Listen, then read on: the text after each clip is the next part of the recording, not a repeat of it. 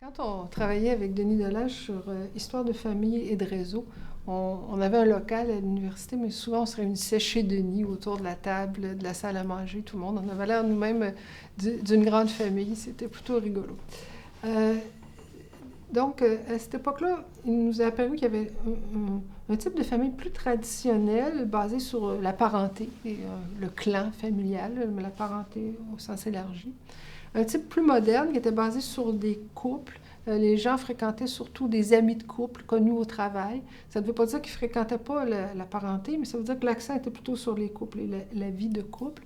Et un autre type de famille, qu'on pourrait dire peut-être postmoderne, enfin différent, nouveau, où les gens se recomposaient une famille à la pièce. C'était souvent soit des gens qui n'avaient pas de famille parce qu'ils étaient soit enfants uniques, ou soit qui arrivaient de l'étranger ou d'une région du Québec. Donc, ils n'avaient pas de parenté à Québec.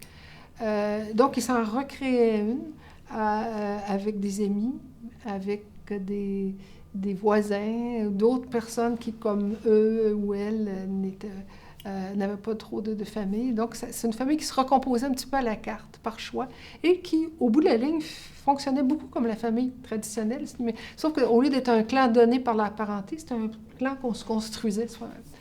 Alors là, il y avait l'idée que, ouais, il y a quelque chose peut-être qui est en train de changer. Mais comment peut-on affirmer que ça change si on n'a pas de point de comparaison? Alors, une fois, je parlais de ça dans le corridor, dans le Deconinck, pas loin d'ici. Je parlais dans le corridor. Tout à coup, Nicole Gagnon sort de son bureau. Elle dit « André, bouge pas ». Elle arrive, puis elle me donne une caisse de papier. Elle dit ça, elle dit « C'est des entrevues que j'ai faites en 1964 ». Elle avait fait ça à l'époque comme assistante de recherche pour mon père, mais ça n'avait pas donné lieu à une publication. Je pense qu'elle a fait un petit texte de 6 pages. Donc, elle avait 100 entrevues transcrites, 72 à la machine et 28 à la main. J'avoue que je n'ai travaillé que sur les 72 à la machine. Parce que Nicole, elle avait une écriture patte de mouche. Bon. Alors, je me suis dit avec 72. Alors, elle avait une grille d'entretien qui était pas la même que la nôtre. Évidemment, je ne cherchais pas tout à fait la même chose, mais on sait que dans les entretiens, il y a bien plus, généralement, que ce qu'on va y chercher. Entre autres, elle avait toute une partie sur la religion, puis ça ne m'intéressait pas. Elle ne posait pas de questions explicites sur les réseaux, mais ça revenait implicitement. Donc, j'ai travaillé sur les entrevues de Nicole. Après ça, quand j'ai fait un premier jet de l'analyse, elle me dit « Ah, t'as vu ça dans mes entrevues? » Puis elle a dit « C'est vrai que c'était là. » Mais elle dit « C'est pas ce que je cherchais. » J'ai dit « Oui, mais moi, je les ai relus. » Et là, on avait une profondeur historique. Donc, on avait un point de comparaison, 64, 84. On aurait pu peut-être avoir un autre point de comparaison, parce que Colette Caris, sur laquelle je reviendrai tantôt, avec qui, entre-temps, j'avais noué ou renoué, si je puis dire. Et Colette me dit, moi, j'ai une enquête qui a été faite en 74 sur la famille, mais c'est un sondage, un questionnaire. Et elle, ça n'avait pas abouti non plus à aucune publication parce que son fils avait eu un accident, avait passé plusieurs semaines dans le coma. Et puis, comment dirais-je, après cet épisode, elle était comme distraite. Elle n'avait plus envie de... son fils ayant passé vraiment plusieurs semaines dans le coma. Donc, ça l'a... Bon. Elle dit, je te donne mes données. Mais là, elle, c'était des cartes perforées. Et puis, elles avaient un peu pris l'humidité. Il n'y avait rien à faire. En 84, déjà, on n'était plus capable de rien faire avec des cartes perforées qui avaient pris l'humidité. Donc, c'est dommage. Ça aurait fait 64, 74, 84. Ça aurait été génial. Mais déjà, avec les données de Nicole, ça a été bien. Donc, là, j'étais contente de sauver cette recherche qui n'avait pas vraiment abouti. Puis Nicole était aussi contente. Donc, ce qui était au début un article, c'est devenu le premier chapitre de notre livre « Histoire de famille et de réseau », où effectivement, ça prenait toutes sortes de directions, parce que c'est un matériel très riche. Donc, ça parlait de la sociabilité, ça parlait des responsabilités familiales, ça parlait des proches aidants, ça parlait de toutes sortes de trucs. Et il y avait un petit bout dont je suis assez contente, c'est moi qui l'ai écrit, évidemment. Quand on me connaît, on comprend que ça s'appelait « Éloge du jeu de quilles ». C'est pas parce que je suis une grande joueuse de quilles, mais c'est parce que je m'intéresse beaucoup à toutes sortes d'éléments de la culture populaire. Et ça m'avait frappé comment les quilles, les ligues de quilles, c'était une façon de maintenir de la sociabilité pour des gens qui n'avaient pas nécessairement beaucoup d'argent, donc pas de grands appartements ou de grandes maisons, pas les moyens de se recevoir mutuellement, mais chaque semaine, on se rencontrait dans un lieu privé dont on s'appropriait un espace privé à des fins de sociabilité familiale. Donc, on a eu du plaisir à faire ça. Après, Denis Delage et moi, on s'est dit, ouais, on a eu du plaisir, on pourrait continuer, travailler sur autre chose. Et puis là, ce qui nous intéressait, c'était de travailler peut-être sur les fêtes populaires. Mais finalement, ça n'a pas abouti. On a eu une petite subvention de démarrage, puis après ce coup, Denis a été happé par ses Amérindiens, puis moi, un peu par autre chose. Donc, finalement, ça n'a pas abouti à court terme, mais je parlerai tantôt de comment ça aboutit à long terme sur autre chose. Denis Delage, donc, avec qui j'ai travaillé étroitement dans ces années-là, et puis on a développé vraiment des relations d'amitié importantes. Là, lui aussi, c'est devenu... Denis et sa femme André sont devenus l'oncle et la tante de mes enfants, forcément. Je dirais, c'est des gens importants chez moi et dans ma famille, Denis et André. Alors, Denis, à l'époque, donc, avait renoué avec Colette Caris. Lui, pourquoi je dirais il avait renoué? Parce que lui, il avait étudié, il a fait sa maîtrise en socio à l'Université de Montréal, et Colette Caris lui avait enseigné la méthode. Colette Caris était elle-même une élève de Jean-Charles Falardeau. Sous le nom de Colette Baudet, elle a travaillé avec lui, et Falardeau était un élève de Everett Hughes. Ce qui fait que Hughes a dit à Falardeau, qu'il l'a répété à Colette, qu'il l'a répété à Denis, qu'il l'a répété à moi aussi, mais qu'il l'a répété, Denis, à des générations d'étudiants, et comme sans doute Falardeau aussi. La sociologie, ça se fait avec les pieds, et non pas avec la tête. La sociologie, ça se fait avec les pieds, c'est-à-dire ça se fait sur le terrain. Donc, c'est comme ça aussi que Denis a développé le laboratoire de recherche en sociologie dont il parle dans l'entrevue qu'il a accordée au Possédé, dont je reparlerai plus tard parce qu'il m'a transmis un peu ce flambeau-là à l'époque. Donc, Denis envoyait ses étudiants sur le terrain, mais il avait pris ça de Colette Caris, l'importance du terrain en socio. Et donc, il avait renoué avec Colette. Alors, je pense que c'était le prétexte que Colette était venue faire du ski au Mont-Saint-Anne, quelque chose comme ça. Alors, de fil en aiguille, on se parle. Denis dit, tu te connais Colette? Je dis, ben oui, mais bon. Alors, Colette, on a beaucoup discuté ensemble. Elle avait travaillé sur la famille, et nous aussi. Puis là, on disait, ouais, mais on écrit des livres, on écrit des articles. Mais qui lit des livres? Qui lit des articles? Question à laquelle je m'étais déjà confrontée quand j'avais travaillé dans le réseau des coopératives d'aliments naturels. J'ai dit, j'écris un livre, mais je sais pertinemment que la plupart des gens ne l'auront pas lu, que ça s'adresse. Mais les articles que j'écris dans le journal du réseau, ça, ils ont été lus, ça, je le sais. Mais le livre, qui lit un livre? Colette, à l'époque, avait commencé à travailler avec la vidéo. Elle n'a pas délaissé l'écriture après l'accident de son fils, mais elle a changé un peu son fusil d'épaule et elle s'est mise à travailler beaucoup avec de la vidéo. Je pense que tout ça, malheureusement, a été perdu. Ça devait être des supports très anciens. En tout cas, elle travaille avec la vidéo. Puis, parallèlement, elle avait commencé aussi un travail anthropologique chez des Indiens Huichol au Mexique. Et elle suivait une formation pour devenir chamane. Et ça, c'était assez spécial. Les discussions qu'on a eues étaient assez hallucinantes parce que c'était pas vraiment de l'observation participante parce qu'elle se joignait pas à quelque chose qui était déjà là. Elle faisait une démarche pour devenir chamane. Elle suivait la formation de chamane qui durait, je pense, 6 ans. Donc, pendant 6 ans, elle était au Mexique 1 ou 2 ans. Elle était initiée par un chaman qui avait plus de 80 ans, puis elle avait à l'époque plus de 60 ans. J'aurais voulu être cachée pour voir ça. En tout cas, mais ça posait toutes sortes de questions sur leur rapport au terrain, la croyance, est-ce qu'elle y croyait, est-ce qu'elle y croyait pas. On n'a jamais su à quel point elle y croyait ou elle y croyait pas, puis elle entretenait toujours sciemment le doute là-dessus. Mais on a eu des discussions assez intéressantes sur le terrain et le rapport aux informateurs et tout ça. Elle a écrit un manuscrit qui est resté... qui n'a jamais été publié, qui est resté inédit. C'est dommage. Elle avait des choses vraiment à dire intéressantes sur ce rapport assez spécial qu'elle avait au terrain. Donc, on discutait beaucoup et au fil des discussions, s'installe l'idée qu'on pourrait faire un cours télévisé crédité. À l'époque, les cours à distance à l'Université Laval, c'était des cours télévisés. Et juste pour revenir bien en arrière, quand j'étais petite, j'en avais suivi, moi. Enfin, j'en avais suivi. C'était, à l'époque, je devais avoir 8 ans, 9 ans. Il y avait un seul poste de télévision à Québec, Canal 4. Et le samedi matin et le dimanche matin, ils diffusaient des cours télévisés.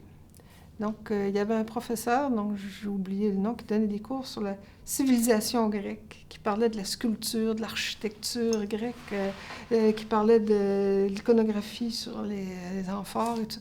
J'écoutais ça, j'étais quand même assez petite, j'avais 8 ans. Mais s'il y avait eu Télétoon, peut-être j'aurais écouté Télétoon, mais en fait, il n'y avait pas de Télétoon, tout ça. Mais ce qui m'avait frappé encore plus, c'était Luc Lacourcière. Luc Lacourcière, folkloriste, qui faisait écouter dans ses cours télévisés différentes versions d'un même conte, différentes versions d'une même chanson. Et puis là, il y avait une espèce de gros magnétophone avec des grosses bobines. Puis là, il partait, puis il dit « écoutez ». Après ça, il en portait un autre « écoutez ». C'était fascinant. Puis après ça, quand j'ai lu Lévi-Strauss puis les variations sur les mythes, j'ai dit, ouais, ça me rappelle vraiment la course. Enfin, j'avais gardé, moi, donc, un bon souvenir des cours télévisés et aussi le souvenir qu'il y a des gens qui pouvaient écouter ces cours télévisés, mais qui n'étaient pas nécessairement inscrits aux cours, mais qui pouvaient l'écouter. Alors, Colette et moi, on s'est dit, on a des choses à dire sur la famille. On était dans les années 80. Il y avait un livre vert sur la famille qui venait de sortir. Il y avait des nouvelles politiques familiales qui étaient en train de se mijoter.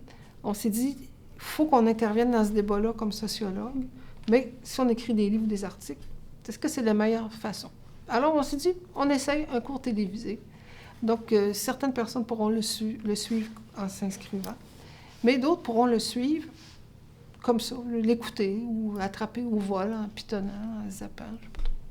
Alors, on s'est embarqué là-dedans et c'était une passe qu'on a faite. Donc, Colette a fait un échange avec un prof de chez nous. Alors, elle a été prêtée par le département de sociaux de Montréal pendant une session, puis nous, on a envoyé quelqu'un chez eux pendant une session.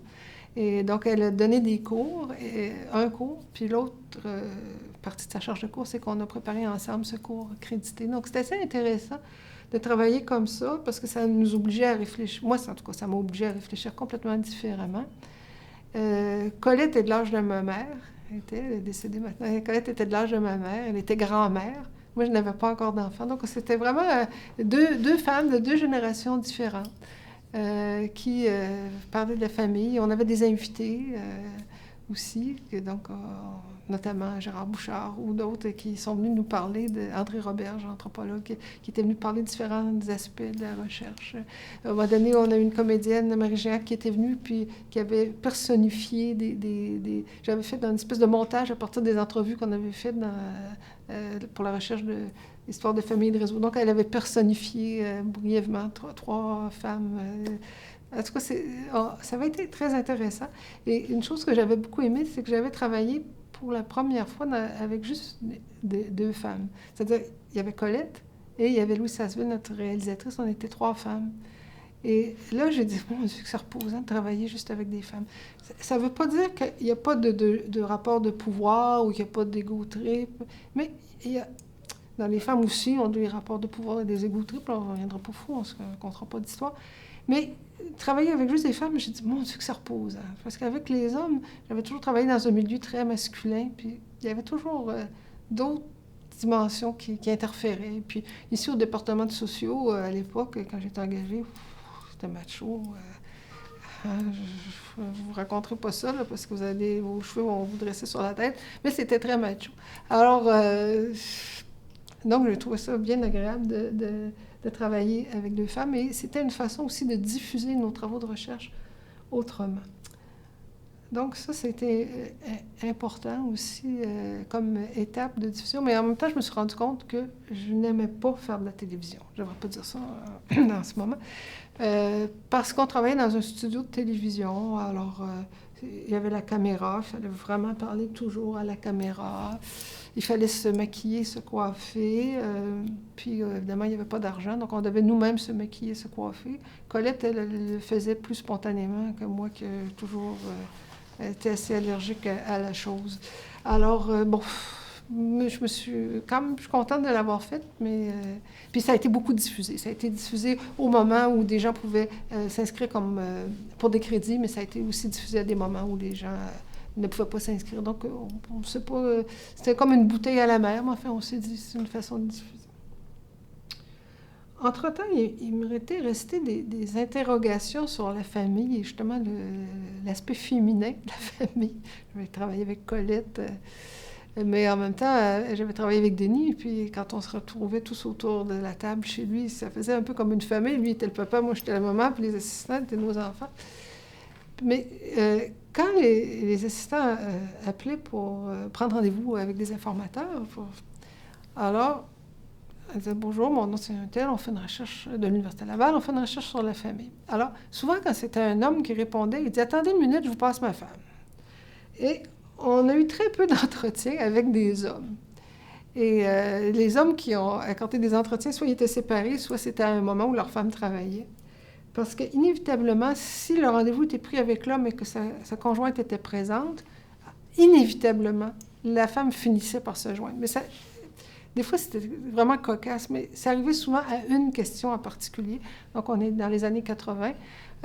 On demande aux gens, parce qu'on s'intéresse au réseau, qui sont les parrains et marraines de vos enfants? Tous les enfants, à l'époque, étaient baptisés ou très peu ne l'étaient pas.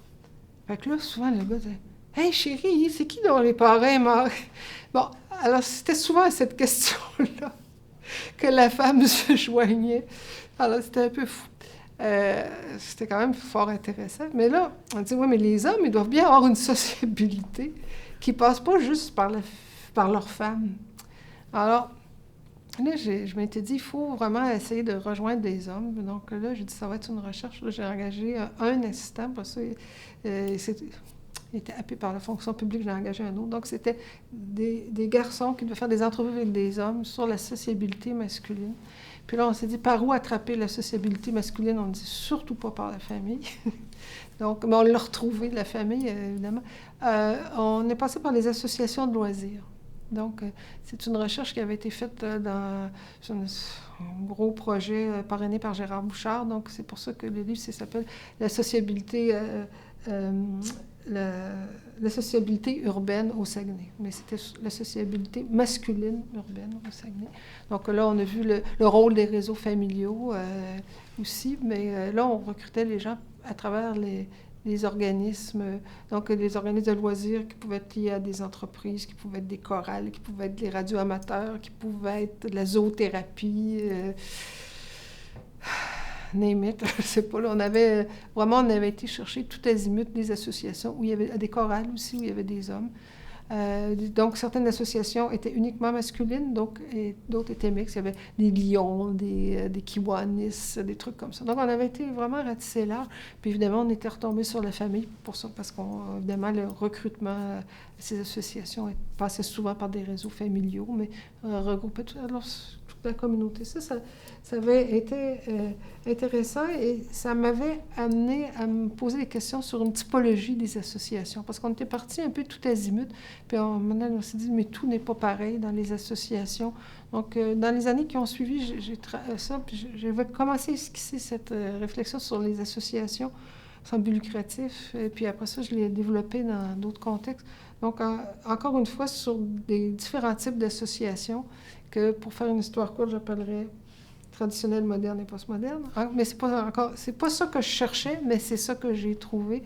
Donc, des associations de loisirs qui étaient plutôt... qui recrutaient sous un mode traditionnel, qui mettaient en œuvre des identités, des sociabilités aussi traditionnelles. Des associations plus modernes, donc, qui reposaient vraiment plus sur le politique, puis sur un clivage nous, c'est-à-dire puis une confrontation. Donc, le mode de recrutement était plus professionnel, le type de socialité, de sociabilité mis en œuvre était complètement différent. Et d'autres qui étaient plutôt les associations d'entraide, qui regroupaient des gens sur une base différente, une sociabilité différente. Donc ça m'est apparu, je vais dire, c'est un sous-produit de cette enquête sur la sociabilité au Saguenay qui a continué à turbiner et qui a, après ça, que j'ai repris plus en détail dans un ouvrage collectif sur la direction de Vincent Lemieux et autres, sur les organismes communautaires en santé au Québec. La place des organismes communautaires en santé, c'est une commande qu'on avait fait de traiter de cette question-là dans un ouvrage sur le système de santé au Québec. Le système de santé, c'est pas vraiment ma spécialité, c'est celle de mon chum, mais en tout cas. Donc, on m'avait demandé, mais via les organismes communautaires, donc j'avais repris cette typologie, puis je l'avais fait fonctionner dans le cadre des organismes de santé. Donc aussi, c'est un volet de mes activités qui remonte probablement aux pratiques émancipatoires en milieu populaire, là, ce travail avec des organismes qui a pris différentes formes et aussi que j'ai repris après ça dans le cours laboratoire de recherche.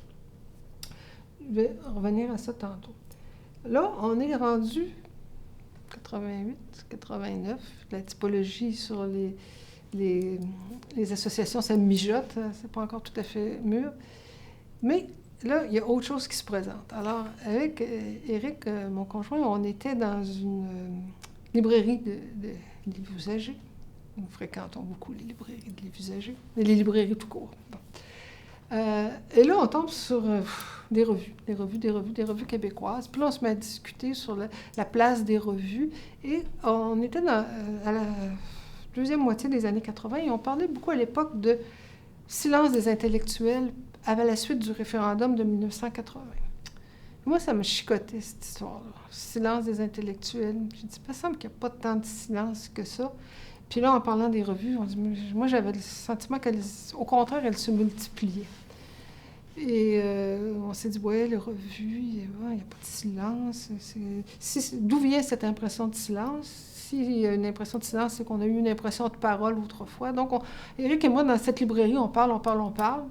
Et on a fait ensemble un très court article dans la revue Nuit Blanche.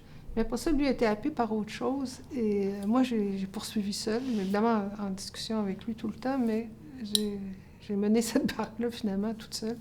Ce qui a donné le passage de la modernité. Donc, l'idée, c'était d'étudier les textes de présentation des premiers numéros des revues, où les fondateurs des revues doivent se situer par rapport aux autres revues, au monde intellectuel. Pourquoi fonder une revue? Pourquoi fonder une revue à ce moment-là?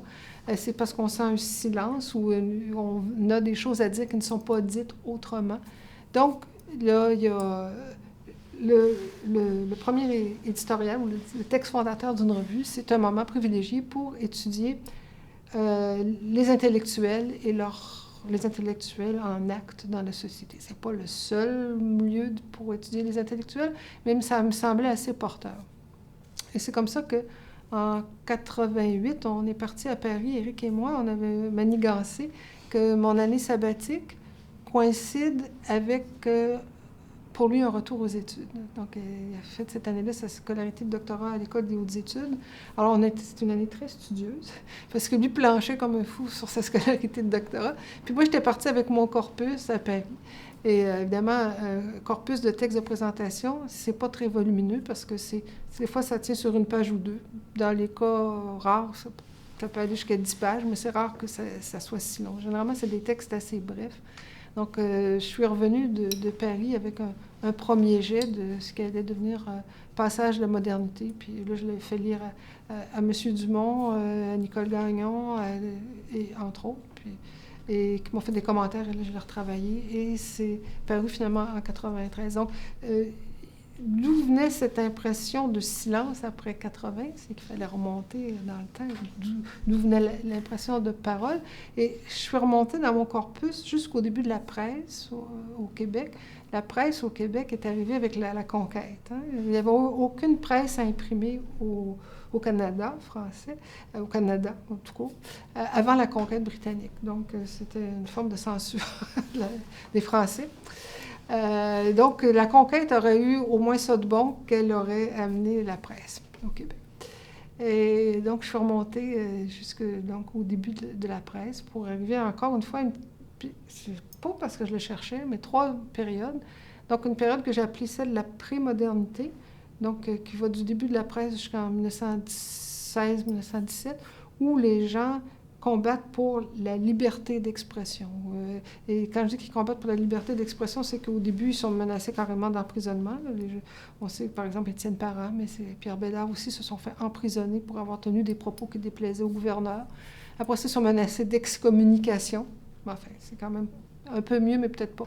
Alors, après ça, à partir de 1917, avec l'Action française, qui est devenue maintenant l'Action nationale, et le NIGOG, qui qui existait un an, là, on arrive vraiment à la modernité. Donc, les intellectuels, là, existent et ont une parole, ils ont une vérité sur le monde qu'ils veulent diffuser.